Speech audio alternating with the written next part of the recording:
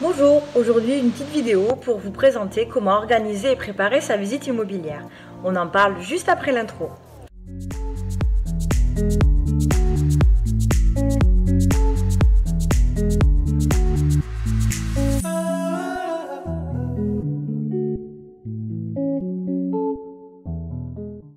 Je m'appelle Jessica Laporte, je suis agent immobilier indépendant et j'exerce sur les secteurs de Langon, Oros, Bazas et les alentours.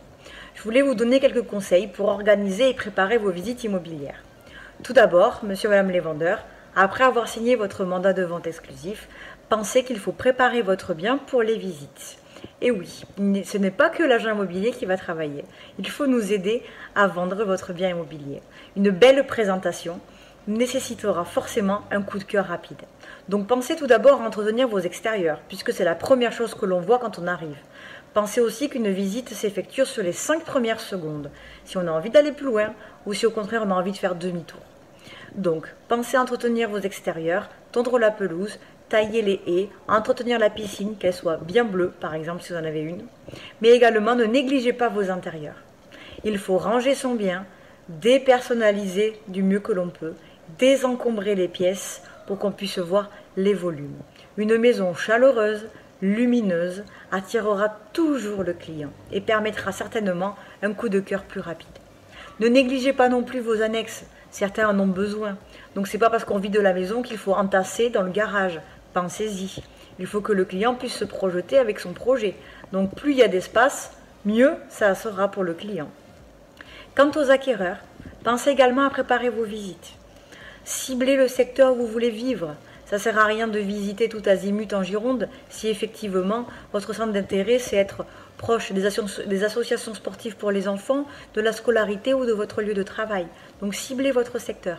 Validez, c'est le plus important, votre budget. Le financement aujourd'hui est le nerf de la guerre. Validez avec votre courtier ou banquier votre budget. Ce n'est pas tout d'avoir une enveloppe. Il faut que ça soit réalisable pour vous, soit en termes de coûts, en termes de mensualité, mais aussi que le banquier vous suive dans cette démarche. Les taux sont bas, mais les conditions d'octroi sont un peu plus compliquées. Et également, ciblez un petit peu les biens. Si vous aimez la vieille pierre, ça ne sert à rien de perdre votre temps sur les contemporaines. Après les visites, messieurs les acquéreurs, on va prendre votre sentiment à chaud, savoir ce que vous avez pensé du bien. Ça rassure et ça donne un premier aperçu au vendeur. Je ne dis pas est-ce que vous voulez acheter ou pas la maison. C'est juste un premier jet pour savoir si le bien peut correspondre à vos attentes ou si on repart en short parce qu'on était à côté de la plaque. Et les comptes rendus de visite sont toujours faits par écrit aux vendeurs. Ça les rassure et ils savent effectivement ce que les gens pensent de leur bien pour pouvoir améliorer certains points quand il y a besoin. Également, pensez à préparer peut-être une liste de questions durant les visites.